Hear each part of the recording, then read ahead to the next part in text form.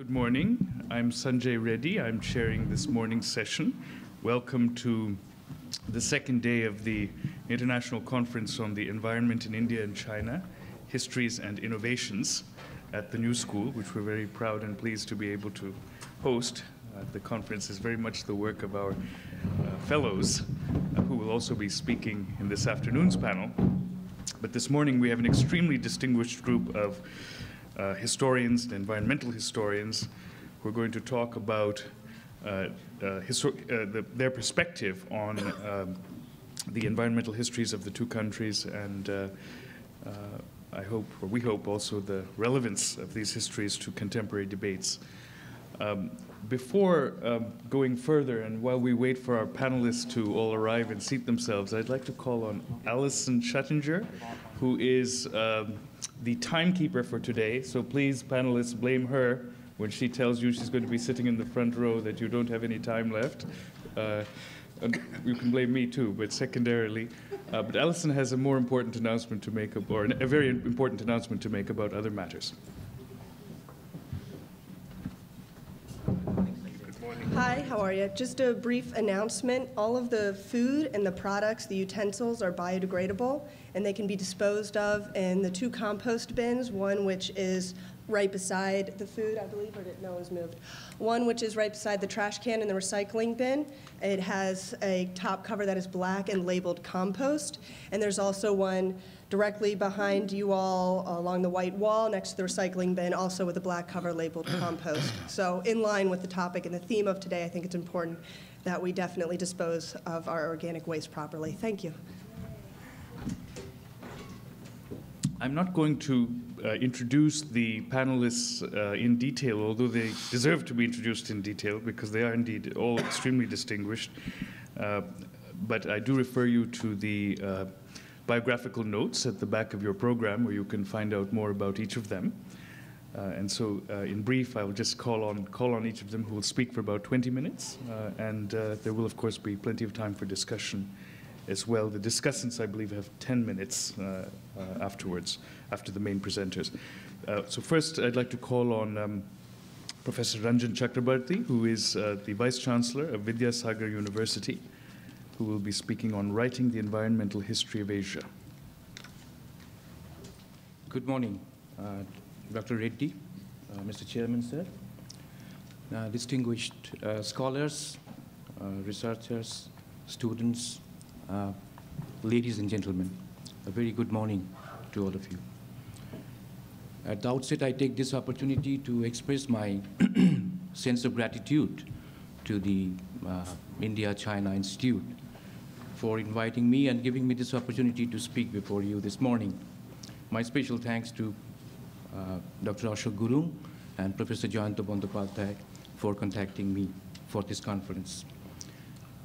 So, without wasting any more time, I'd like to go to the discussion. Because of time constraint, I would prefer to read from a prepared text. I would request the timekeeper to please wave your hand when I complete 17 minutes, so I have 3 minutes more. And my time begins, I understand, from now on. This presentation is divided into 3 broad sections. There is a brief introductory section which harps upon certain general questions and recent trends regarding the history and historiography of Asian environmental history, while the second section focuses on a more specific environmental issue, namely climate and water. And the final section seeks to unveil how the age-old concern for water in South Asia has always been intimately tied up with a remarkable cultural consciousness about climate and change of climate.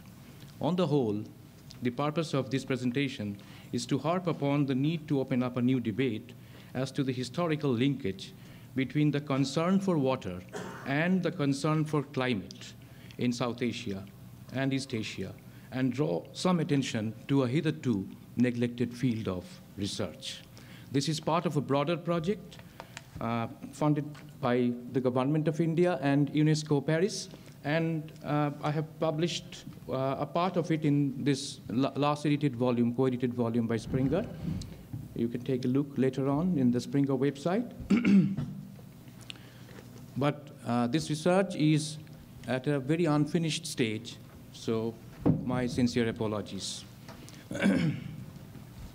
The annual meeting of the American Historical Association, scheduled in Cleveland, Ohio, for the end of December 1918, never took place.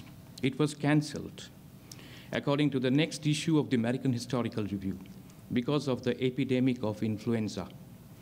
In the last 4 decades of 1918, the Spanish flu, or the epidemic of influenza, killed more than 3,000 people in the city of Cleveland alone, nearly 20,000 in the state of Ohio, and it killed 500,000 people in the whole of the United States, and about 20 million people in the world. But the members of the American Historical Association, as historians, remained indifferent to the subject of health, medicine, or epidemics. Not a single publication featured in the American Historical Review in the next 50 years. This is something very amazing. But same is the case here in Asian history. Let me cite a concrete example from South Asian history. We hear so much about the history of the growth of the city of Kolkata, or the political forces leading to the Battle of Plassey or Boxer. But there seems to be so little information about the natural setting, landscape, waterscape, or the climate, in the midst of which all these had been taking place. There is some historical silence about the natural setting, and historians who dealt with the political forces leading to the Battle of Plassey, like Rajat Kanta Rai and Sushil Chaudhary, are remarkably and surprisingly silent about the natural environment. Thanks to Alfred Crosby's The Columbian Exchange and the subsequent efforts of John McNeill, Donald Wooster, and Donald Hughes, and many others, for opening up this field of environmental history. Professional historians may have been indifferent to environmental issues earlier, but concern for environment in human society has always been there. Of all the decisions human society takes, perhaps the most crucial ones have always been related to the natural world.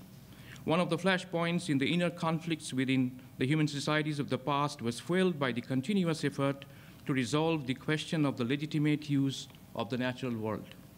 As human settlements spread across the earth and technology advanced, the urge to resolve this fundamental question relating to the legitimate use of the natural world increased. Writers, philosophers, historians, lawmakers, administrators, and thinkers through the ages had been wrestling to settle this unresolved question. The method of addressing this crucial question has attained a refinement over the last 2 decades or so, and one important manifestation of this turn can be found in the rise of a new field of knowledge, namely environmental history.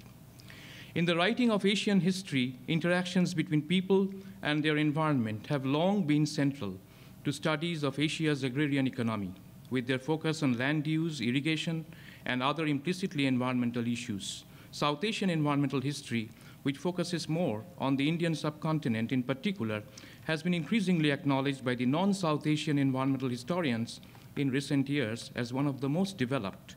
The robustness of South Asian environmental history may be attributed to the efforts of scholars like Richard Tucker, Ramachandra Guha, Madhav Gadgil, Richard Grove, and many others. Basically, the core component of this historiography is forest history, though issues like irrigation, water management, public health, and epidemics also feature. It sees the coming of colonialism as an environmental watershed and its legacy as the key agent. Chinese or East Asian environmental history, too, has turned into a dynamic and fast-expanding field. The new frontier of environmental history of East Asia, or China, has been successfully opened up by scholars like Peter Perdue, Robert B. Marks, Mark Elvin, and Sui Zhang Liu, Feng Xiang Liang, John F. Richards, and Mark Elvin. Mark Elvin's work is a 4,000-year overview of Chinese environmental history. During this time, Chinese deforestation gradually pushed elephants, once found roaming the vicinity of the city of Beijing, until they occupied only a few small areas in Burma and northeastern India. Elephants do not play a central role in Elvin's book. It is far from a history of the elephants. The elephants stand as the reverse image in space and time of that of the economic development and environmental transformation of pre-modern China. Nation-state-centric, region-centric, or continent-centric narratives in environmental history may not be of great help. In environmental history, all local issues are global issues, and all global issues are local issues. This is, however, not to say that local or regional studies are unnecessary or insignificant, and environmental histories have to be invariably transnational in scope. Now I move to the second part of the presentation, where I deal with South Asia and the water crisis. Now, in South Asia, control over water has always been traditionally a sign of social and political power. And it is one of the most densely populated zones of the world, as you all know. At the same time, it is also one of the most water-rich areas of the world. And people here have a profound understanding of the value of water. And it is a very worrisome challenge, the problem of water management in this area. It is a very challenging job, and the whole of Asia, and South Asia in particular, is experiencing problem in managing its water resource. Now, water, as you know, as all of you know, is a unique resource, and it appears in different forms, and it is a process in the biological cycle, physical and biological cycle. And it's known for its changeability, and is celebrated for shifting its form and taking new forms. And it plays an extraordinary role in social and cultural representations as well.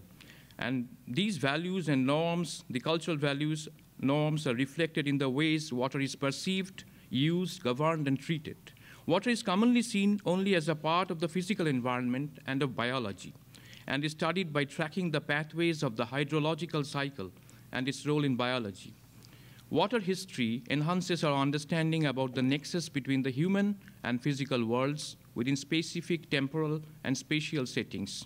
Water is always a symbol of social, economic, and political relationships, a barometer of the extent to which identity, power, and resources are shared.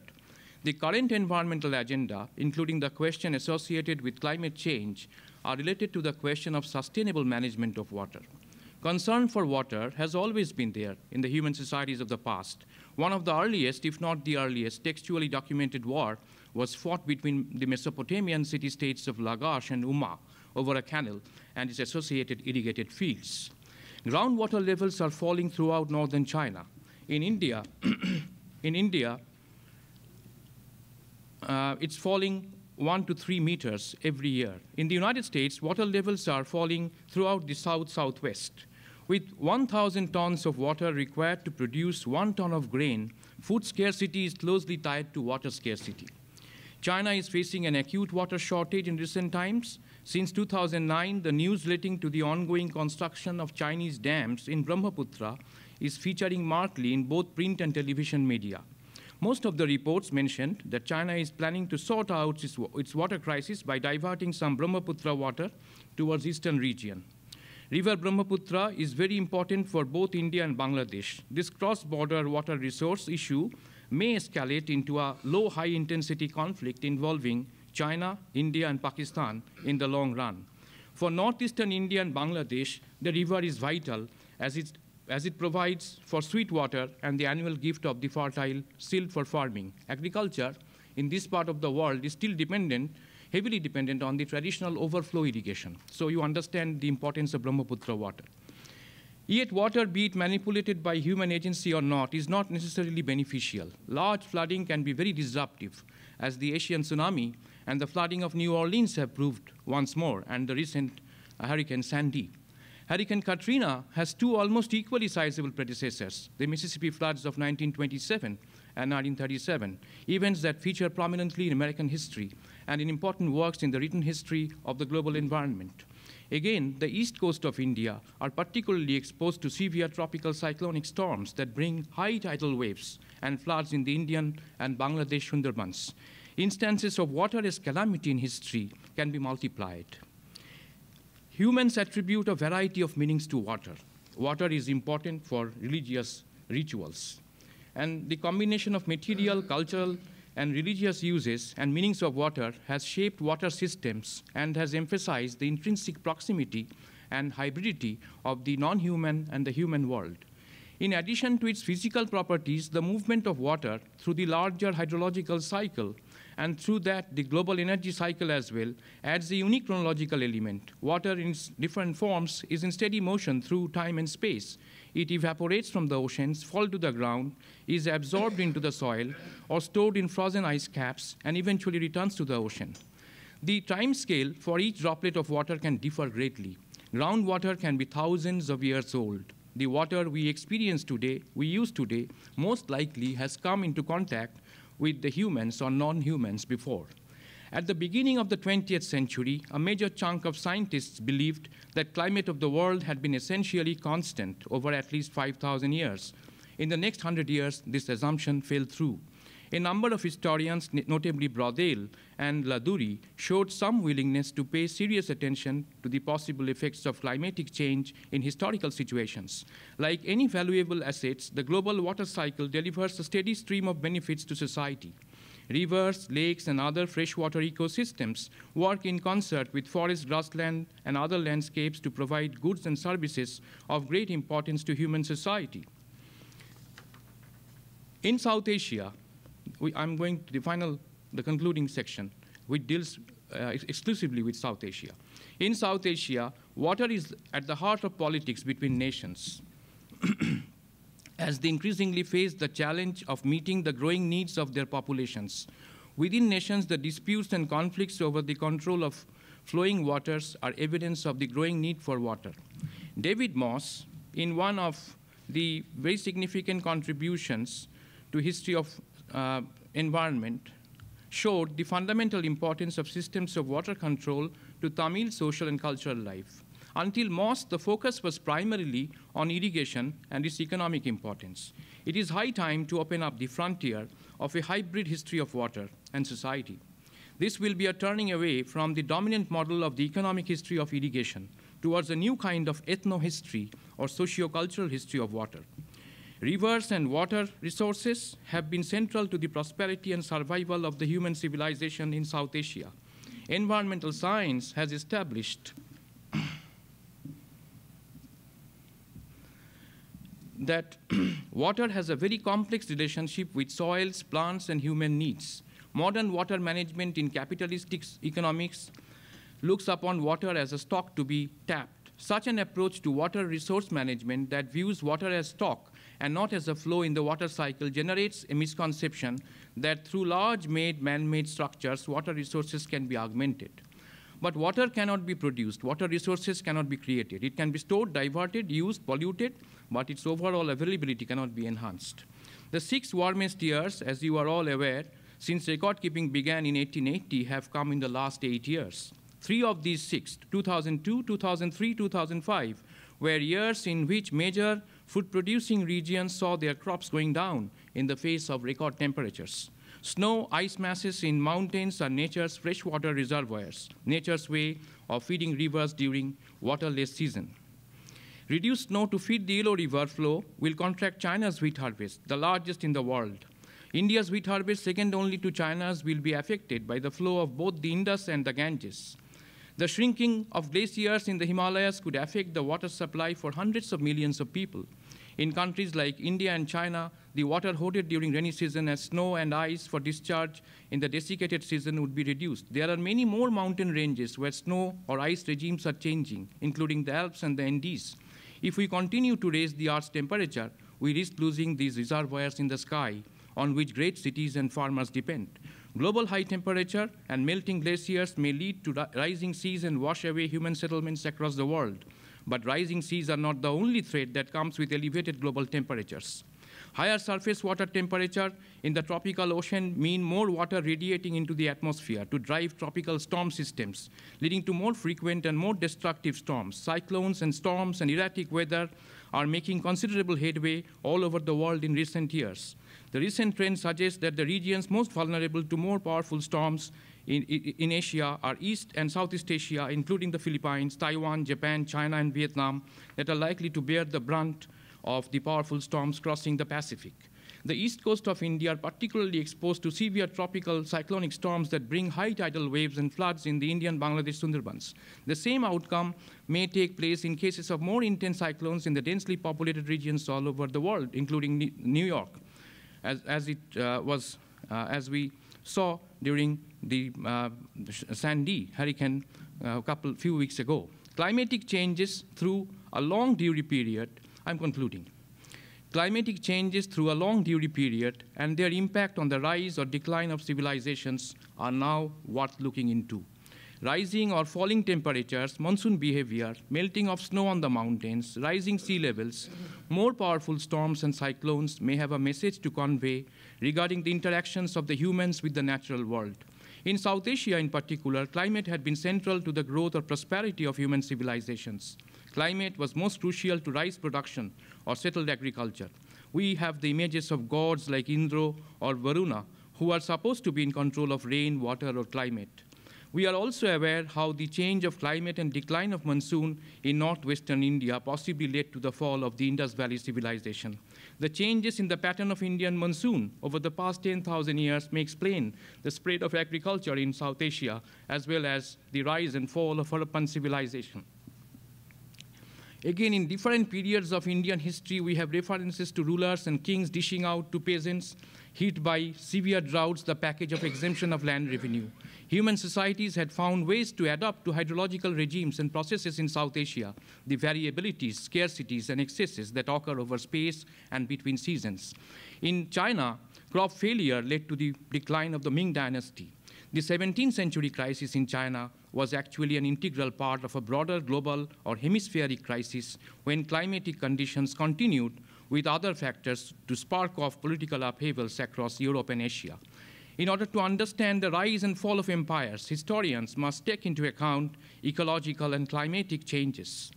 Professor Laduri holds in his recent book that climate acts like a trigger for upheavals and other big events in history. This is Professor Laduri, the father of climate history. And climate, when combined with other factors, is capable of producing great turbulences in history. Ancient India made an important contribution to science. In ancient India, religion and science were linked together. Astronomy and astrology made progress because the planets came to be regarded as gods, and their movements began to be closely observed. I will argue that the study of astronomy and astrology in ancient India became imperative because of their connection with changes in seasons and weather conditions which were necessarily for agricultural activities. To conclude, I will argue Richard Grove has already shown the connections between drought in South Asia and the institutional responses to it and the beginnings of modern scientific understandings of climatic teleconnections between global-scale tropical circulation and the strength of the Asian monsoon. In colonial India, repeated droughts and famines sparked off institutional innovations and a famine code. It also triggered off a sharp debate about the connection between deforestation and rainfall change among the British officials. It is necessary to historicize the debate in the light of the pre-colonial traditional perceptions of climate as it existed in India and South Asia. This may not be very well documented, but one has to understand that there are scattered and indirect references to climate and rainfall, pattern of tropical monsoon, and cyclonic depressions, which are important to quantify the available water resources and their historical role in many ancient and medieval texts like the Ramayana and Mahabharata. Chinese accounts, writings of Mughal court historians, the ancient Greek sources relating to Alexander's invasion may be of some help too.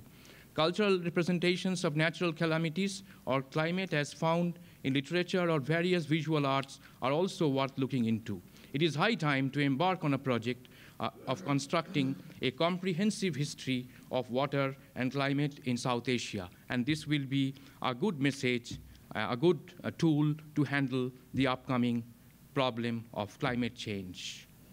Let there be a new beginning. Thank you very much indeed.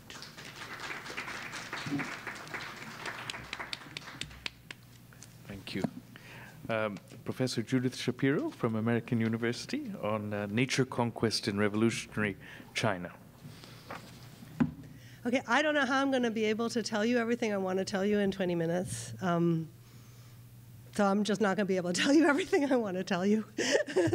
But it's a real pleasure to be here. I actually taught here in '84 a course on the Cultural Revolution. Then before you guys were a gleam in your daddy's eyes in some cases, I was, I think, 14 or 15, I took a class here in dance improvisation. So this is really coming home for me. So it's great to be here. I've been asked to speak on Chinese environmental history and the lessons for today. And to do that, I'm going to draw on two books. One is my Mao's War Against Nature book, which is presumably the reason I've been asked to come here today. And yet I have a new book out, which is much more contemporary in focus, called China's Environmental Challenges. So what I'm going to try to do is cover the Mao years as best I can in 15 minutes, and then ask you guys to look at this slideshow I have about contemporary issues, and we'll have a discussion about whether the history of this region has any relevance to today's problems at all. Because there does tend to be a bit of a disconnect. You know, the Cultural Revolution is a big black hole in Chinese historical memory. There's really not a significant effort to deal with that period. And even among environmentalists, there'll be a tendency to think, well, you know, that was then and this is now. And maybe that's true, but maybe there are also linkages to be drawn. So I would argue that there's two reasons to study the Mao period and for environmentalism. And thank you, Dr. Chakrabarty, for mentioning Mark Elvin and all these other folks, because Chinese environmental history is, of course, much more complex than the Mao period. And frankly, when I was working on this book, the Mao period was still considered political science. You know, but as you get older and things in the present recedes into the past, then political science becomes history. But I'm not really an historian per se, but this book is now considered environmental history. So there's two main reasons to study the Mao period for environmentalism. One is to ask this question that I just raised about whether the Mao period affects environmental performance today.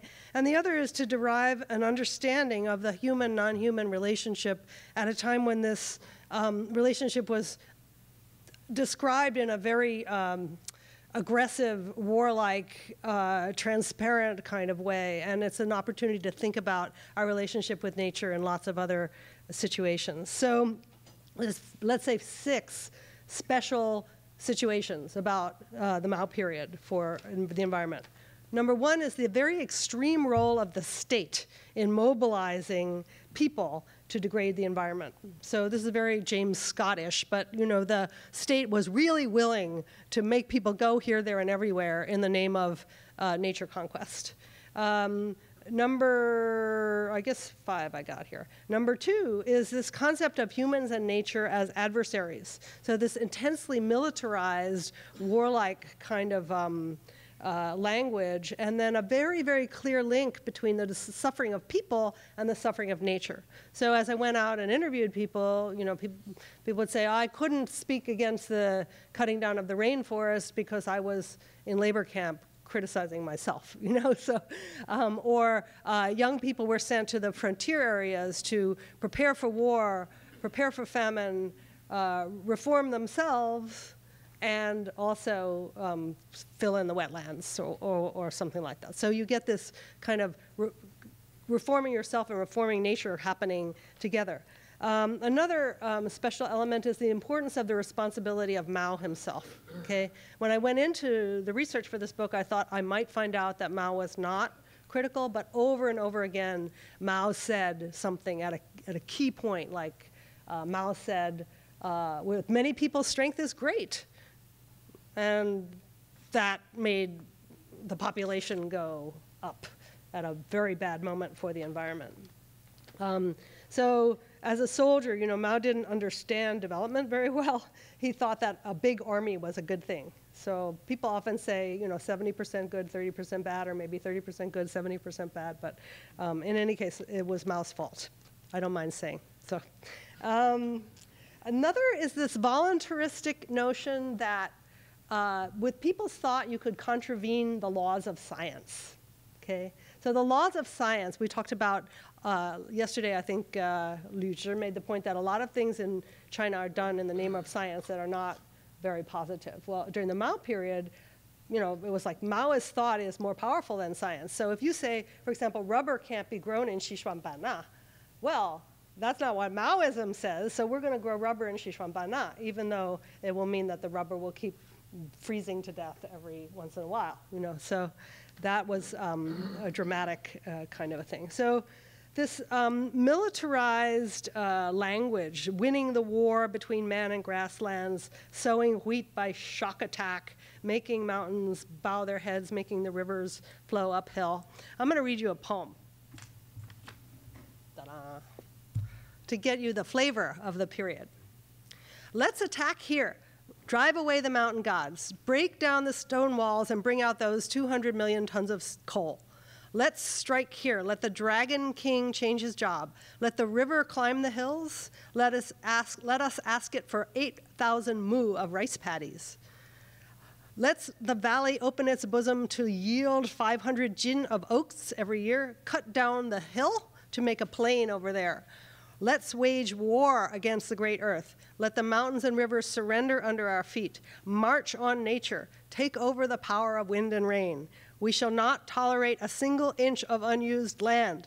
Make wet rice, wheat, and yellow corn grow on top of the mountain, and beans, peanuts, and red gaoliang rise on sheer rocks. Okay, well, it wasn't just them, right? I mean, the Army Corps of Engineers straightened out the Mississippi and told it to become more rational. So this is not just a Maoist thing, but we can see with the transparency of this kind of discourse what happens when people think that they can conquer nature. Now, I normally, if I had an hour, would talk about four sort of cases of the Mao period. One is sort of going through chronologically, starting with the anti-rightist movement when Ma Ying-jeou warned that the population was getting too big, and they told him that he should shut up for the rest of his life. And also Huang Wanli, who warned about a dam being built on the Yellow River, and again, they made him shut up for the rest of his life. I got to interview him before he died. The core theme that I would pull out from the anti-rightist movement is the theme of political repression. And I want you to remember the four themes I'm going to go over, because then when we think about today's China, we can say, well, are these themes still around? So political repression on environmental issues, I think it's still around. Yes. Okay. Then with the Great Leap Forward, the utopian urgency to catch up with Britain in the production of steel and cut down the forests to make all kinds of backyard furnaces, this kind of hurry, hurry, hurry, that kind of spirit. I would say that the hurry, hurry, hurry spirit is still alive in China. We just had a terrible train accident outside of Shanghai, and if you read the blogs, I didn't do it personally, but I read other people who read the blogs, and they said, China, slow down, you know, what are we doing going so fast? You know, this sense of change too fast is arguably, I mean, China has changed in the last 20 years more than any country on the earth has ever. Sometimes you look at an old person in China and you think what they've been through in the course of their lifetime, how can they possibly deal with that level of change? The third element I would signal is the dogmatic formalism. Again, Liu Zhi mentioned this yesterday with respect to the ecological migration policy, the notion that one size fits all. In the Mao period, this was expressed during the campaign to learn from Dajai. So everybody all over the country had to build terraces, even though maybe your place wasn't suitable for building terraces, or I think you saw in the poem, let's cut down the hill and make a plain here. Well, I also heard that in some places there was a plain, they built a hill so they could put terraces there, just in order to, I don't know how true that is, but just in order to learn from Dajai like they were supposed to. Finally, I would signal, I've already mentioned this, the forcible relocations with respect to the educated youth movement, and also the so-called Third Front movement, where they moved factories to the interior in order to shelter them from bombs from the Soviet Union, which they thought were coming. And that was very bad for the environment because it was a bad place to put factories inside of these valleys. And the educated youth, thank you, the educated youth filling in wetlands, cutting down rainforests, had a long-term negative effect on the environment.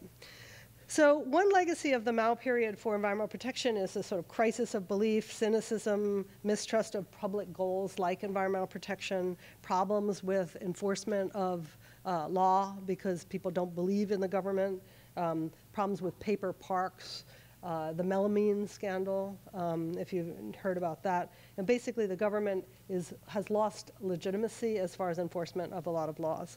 But also I think we still see these four dynamics alive: political repression of environmental activists, urgency to get rich quick, the top-down formalism, and the forcible relocations, all of which are happening a lot with the dams, the forcible relocations for dams, the forcible relocation for the so-called South-North water transfer scheme is still very, very common. So what are the implications of this? The implications are if we turn all these sort of negative forces around, well, we need political participation and intellectual freedom. We need moderation to go a little slower to allow the environment to adapt and respond. We need subsidiarity and respect for local conditions, respect for local wisdom. And we also need reverence for the land through long-term connection with the land. And none of those things are going to be enough, but they are really important. So what does this have to do with today? Let's move to the slideshow. I love my little slideshow. Okay.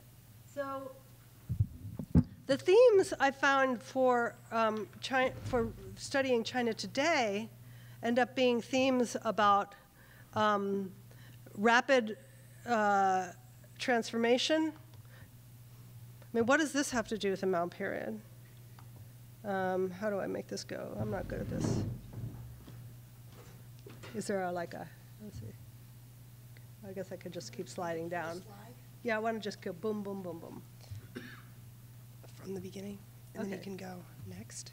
Okay, so boom, boom, boom, boom. Okay, so New China, consumer culture, consumption. We started talking about this with Black Friday yesterday. Actually, that was a great question. So we got Black Friday every day in China. Okay, this consumption is actually replacing the government legitimacy. The government is legitimate only to the extent that it can keep people consuming. The population graph, okay, we see here, this is a definite residue of the Mao period. The Chinese will always say, oh, if only Mao hadn't done this, then we wouldn't have the environmental problems we have today. Lots of people here. Too many people. I always tell audiences who are worried about forcible abortions that they should go to China during rush hour, and then they might, I mean, not that forcible abortions are good, but we really have a sense of the need to control population. China becoming the manufacturing breadbasket of the world. A huge theme for us today is a global political economy of what's going on in China. So to what extent is China to blame for its huge environmental problems, and to what extent are we to blame as consumers of China's Barbie dolls and so on and so forth?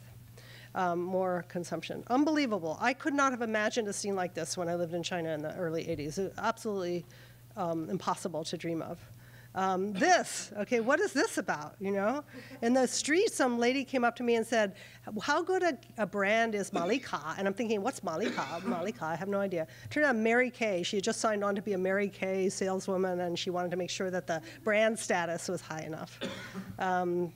You know, Prada, those luxury goods are really, China's market is saving the luxury good market. Again, unbelievable to me, just even a few decades ago. Traffic problem. Yeah, when I was first in China, there were only 5 cars on the campus. You had to be a big fat cadre to ride in one. Yeah, that's it. Now everybody's got a car. Okay, some of the images of the horrible pollution, which, you know, bad as the environmental degradation was in the Mao period, it's nothing compared to what we're seeing here. Water pollution, air pollution. Some of these pictures are really moving.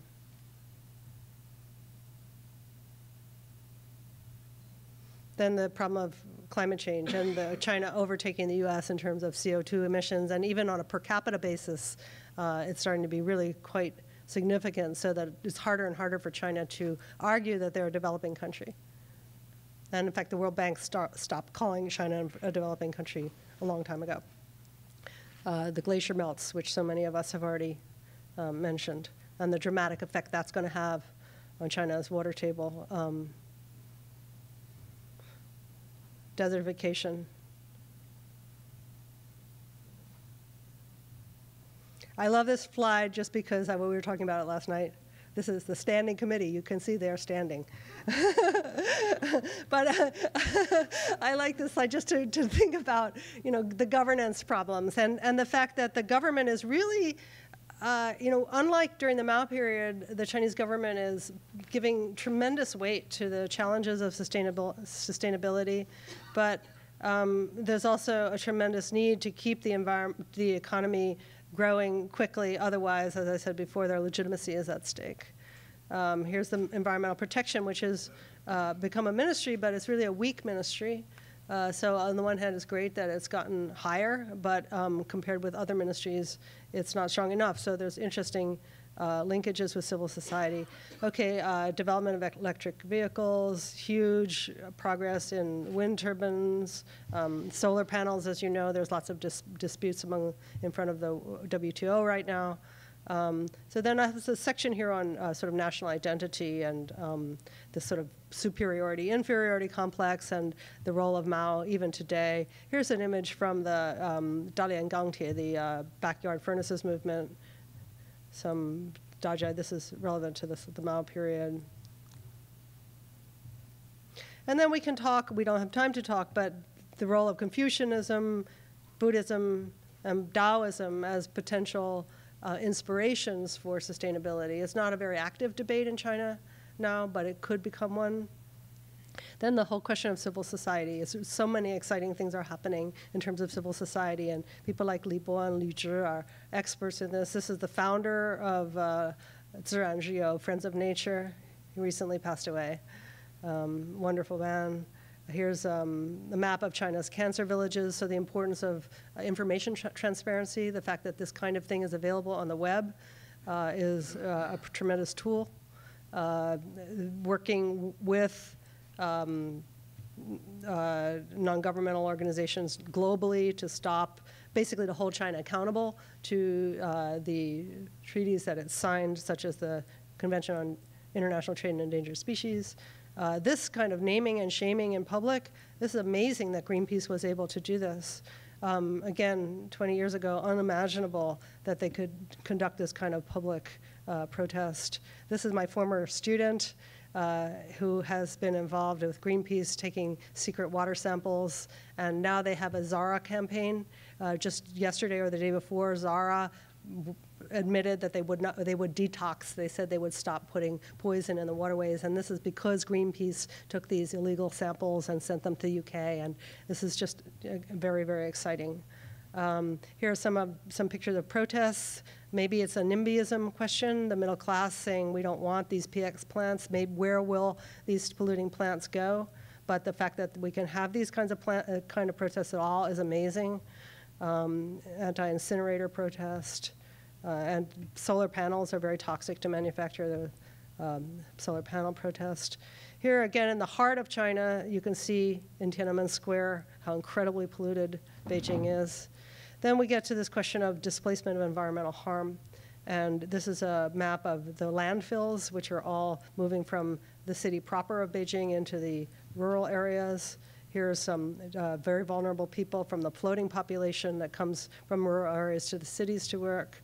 Here's a very famous picture of a migrant worker. None of these are my photos, by the way. And then we get to this question of China's displacement of environmental harm into ethnic minority areas. Here's the beautiful Mongolian grasslands. Here's the not so beautiful Mongolian coal mine. Huge conflicts there. Here's the once beautiful Tibetan monastery. And of course, the railroad being built to Tibet is really bad. Okay, and then we go to the global implications. Here's some nice people in Pennsylvania doing some e-cycling, not realizing that there's a lot of holes in the law. And so where does it end up? Here we are, Guiyu in southern China, the famous pictures to think about that. So China is, at the one hand, an importer of environmental harm, but it's also an exporter of environmental harm.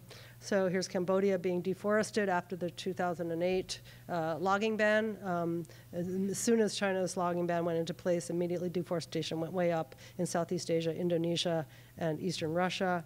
Here, unusually, the Burmese people are fighting against a dam and succeeded in getting the government to stop a dam. So very, very unusual. I'm glad that Dr. Chakrabarty talked about the tension between India and China over these dams. I think last night we thought too easily that there's going to be all this cooperation between India and China. But of course, whoever controls the headwaters controls the power.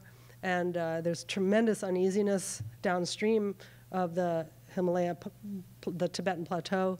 There's a book, maybe it's a little sensationalistic, but Chelany's book, Asia's Water Wars, you know, the whole discussion of will there be a war over water is very much alive again after people talking about, oh, look, people, India, Pakistan cooperated over the Indus. Almost finished here. Even in developed countries, Australia, well, Mount Whaleback Iron Mine used to be a mountain, now it's a pit. A lot of anxiety about whether China is actually buying Australia. And then finally, China's pursuit of oil in Latin America and Africa, again, a huge topic for us. So since I don't have time to answer the question about the relevance of the Mao period for all these new themes, I will come to my last and very famous slide. Favorite. I love this slide. Okay, that's it. We'll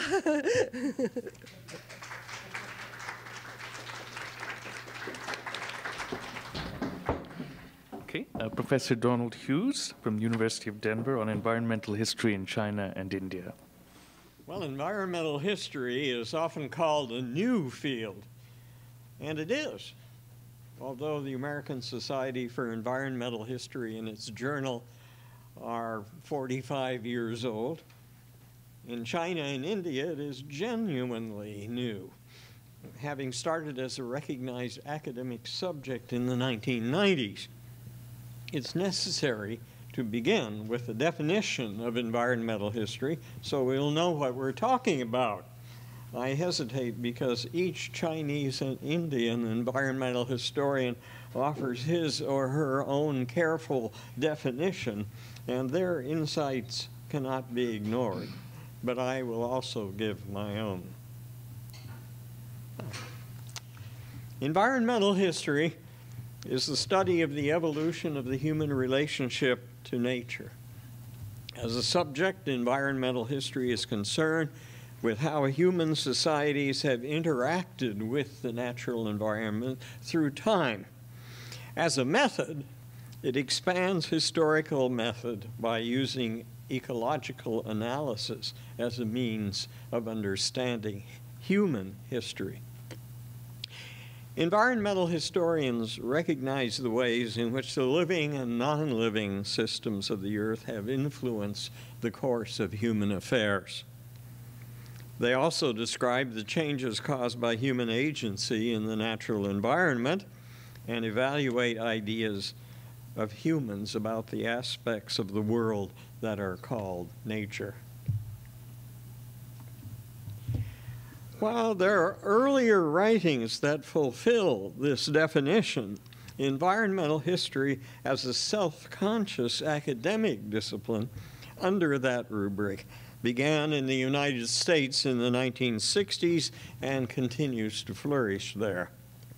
European scholars soon began an effort in the field, perhaps emphasizing the scientific aspects more than the humanistic approach that was typical in America. Environmental history found fertile ground outside Europe and the US and has at present a rapidly growing literature in several major parts of the academic world.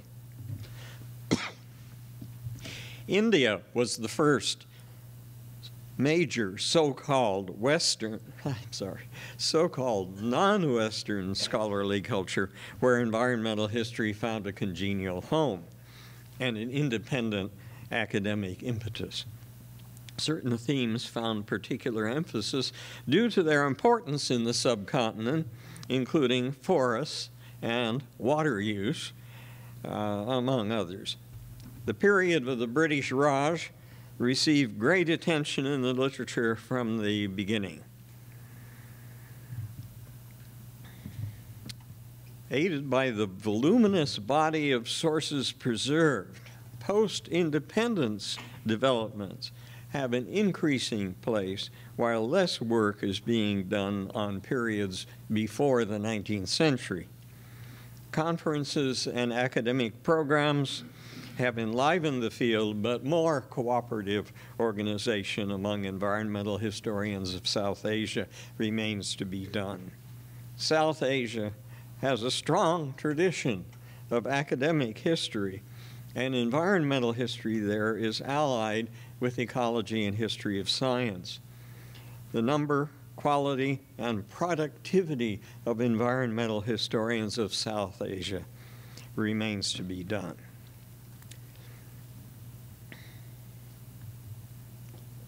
I'm sorry. The number, quality, and productivity of environmental historians in India is truly impressive. Among the first environmental historians to gain a wide international scholarly audience was Ramachandra Guha, whose book on the Chipko Andolan movement appeared in 1989. In a 2-year residence at Yale, he gained familiarity with the U.S. environmental movement and its spokespersons, including leading environmental historians. He evaluated the difference between American and Indian thought on these subjects and was highly critical of a biocentric thought in the U.S., the emphasis on wilderness protection and the deep ecology strain advocated by the Californians George Sessions and Bill Duvall with their Norwegian forebear Arne Næss. To Guha, American environmentalism sought amenities for a prosperous middle class that could afford public protection of large natural reserves. In contrast, he pointed out that in South Asia, natural areas are the homes and critical resources of local people, many of them impoverished. Ecology there must take account of human needs and social justice. Colonial regimes and their successors after independence have forced inappropriate Western programs of forestry and conservation upon people and ecosystems to which they have very often proved destructive. Guha advocates the principle of community forestry, where people participate in the planning and use of local resources. He and co-author Madhav Gadgil, an ecologist of the Indian Institute of Science, produced This Fissured Land, an ecological history of India in 1992. Its argument centered in India, but with worldwide methodological implications, analyzes the interaction between social relations and environmental conditions. It should be noted that American environmental historical thought has moved strongly in the direction of Guha's anthropocentric concern in the following 2 decades. Gadgil has taken part in commissions reviewing India's forest policy and planning for the future development of the Western Ghats. Subhash Chandran, an ecologist, has studied ancient sacred groves that survive today, protected by villagers. Chandran's studies, some written with Madhav Gadgil, with a historical dimension, indicate the importance of traditional community reserves in preserving biodiversity and unique ecosystems such as the Myristica swamps. Chandra has also written about the changes in Hindu practice as they have affected environmental preservation. Rana PB Singh of the National Geographical Society of India is a historical geographer who specializes in landscape and sacred topography, particularly the area of Benares, the most important pilgrimage center of Hinduism. The History of Science Division of NISTADS, the National Institute of Science, Technology, and Development Studies in New Delhi, sponsored an impressive series of publications and conferences forwarded by the distinguished historian of science, Deepak Kumar, Jawaharlal Nehru University, and Satpal Sangwan. A collection of important papers from these conferences appeared as Nature and the Orient, edited by Richard Grove, Vinita Damodaran, and Satpal Sangwan. Due to historical experience of the subcontinent, particularly during the period of British rule, environmental history in India emphasizes forest history. Ravi Rajan has written a book on forestry during the British imperial period. A.J. Rawat of Kumaon University, Nainital, chronicled the deforestation of the Himalaya and its effects on local people, especially women and tribals, and has edited valuable collections on the history of forestry. The interaction between cattle grazing, forestry, colonial masters, and local people in central India in the 19th century is a subject of ecology, colonialism, and cattle, an excellent historical study by Laxman D. Satya. Mahesh Rangarajan has an impressive publication record as author and editor, emphasizing the politics and history of wildlife conservation, forest rights, and environmental history. One of his recent books is Ecology as If Nature Existed, an implied rejoinder to the postmodern contention that nature is nothing but a human social construction. His recent collection, India's Environmental History, is comprehensive. The formation of the Association of South Asian Environmental Historians is an important step in the organization of the discipline and provision for exchange between scholars studying South Asia, inclusive of those with locations outside the region. The executive director is Ranjit Chakrabarty, and I don't need to show you a picture of him because we have the man himself here. He's built an impressive environmental history program at Jadavpur University in Kolkata and is, of course, Vice Chancellor of Vidyasagar University in West Bengal. His own publications include Does Environmental History Matter? And Situating Environmental History, 2007. Include reflections on the theory and method of the subject. He answers the question of the former title, Does Environmental History Matter?, in the conclusion of a well-reasoned introduction. Environmental history will continue to thrive because the seeds of a new social and cultural history are firmly embedded in it. Environmental history, therefore, does matter. Chinese scholars turned to environmental history later, but the field has seen a spectacular growth. Initially, they were hampered by the fact that few outside historians could read their papers and books, and that exchange was discouraged before the more recent open-door policy by the government allowed translation of the most important outside environmental history literature into Chinese, with some exceptions. Now, Several universities have faculty and programs devoted to environmental history, and a number of journals have opened their pages to articles on the subject. Environmental history and world history are cooperating, as they do at Capital Normal University in Beijing. The best introduction to environmental history in China is a 2004 article by Bao Maohong of Peking University with that very title, including extensive references to works by Chinese scholars in Chinese. Among the subjects of investigation mentioned by Bao are environmental protection, water control, urban environmental history, climate, population, and the history of famine and forest history.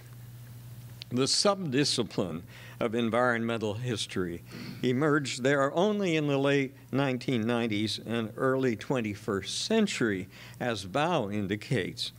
He wrote some of the earliest articles within the discipline, including the history, theory, and methods of environmental history studies from other countries, but also offered his own interpretation of environmental history and the promising idea of forwarding a Chinese school of environmental history.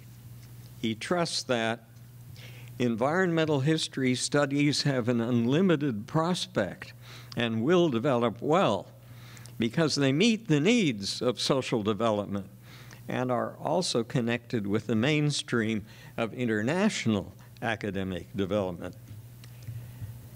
An international symposium on environment and society in Chinese history organized by Wang Lihua was held at Nankai University, Tianjin in 2005. Mei Shuichen created a thriving environmental history program for undergraduates and graduates of the School of History at Beijing Normal University. Her students are teaching and doing research at many universities in China.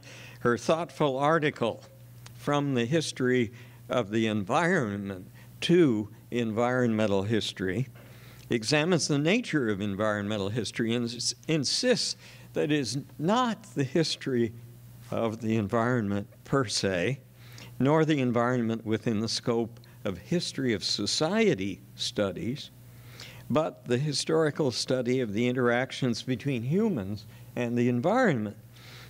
As a corollary, she maintains, the realization of harmony between humans and nature must begin with the improvement of social relations among people. Peace between humans and nature depends on peace among humans. An association of environmental historians of East Asia has begun a series of conferences, including non-Chinese historians of China. The first meeting was held at the Academia Sinica in Taipei in 2011 with the able chairmanship of Zhuizheng Liu. With Mark Elvin, she also edited an excellent collection, Sediments of Time. The second meeting will be held in 2013 at the Donghua University in Taiwan. Mingfeng Xia founded the Center for Ecological History, Renmin University of China in 2012, and serves as its director. A leading American environmental historian, Donald Worster, presently serves as distinguished foreign expert there. There are environmental history programs in other institutions in the provinces of China, so that projects in ecologically distinct regions are possible. The thrust of environmental history in both India and China is linked to the growth of environmental concern about problems that are increasingly serious. Urban environmental pollution became palpable. Air quality declined to the point that air was unbreathable, and people had to wear filter masks. Farmland was improperly cultivated. Pasture was overgrazed, and forest, grasslands, and vegetation were destroyed. The problem of water supply and the development was critical in both nations. Toxic environmental accidents and disasters such as the horrendous Bhopal incident of 1984 emerged as a series of blows, including frequent dust bowls and the great floods of 1998 and so forth in China. People turn to researchers to answer questions. What are the causes of these environmental disasters? How often have similar events occurred in the past? Should we expect them in the future? And are there ways of ameliorating them? Environmental history may not have the answers to all of these questions, but it is an important way of accessing human experience and provides needed depth and perspective, as May Schweichen expressed it. Studies in environmental history can become a path for people understanding environmental issues and a way of refuting improper arguments relating to environmental issues, and a channel of increasing environmental consciousness. The rest of the world as well needs to learn from the experience of India and China. And I believe I made the time limit, didn't I? Thank you very much.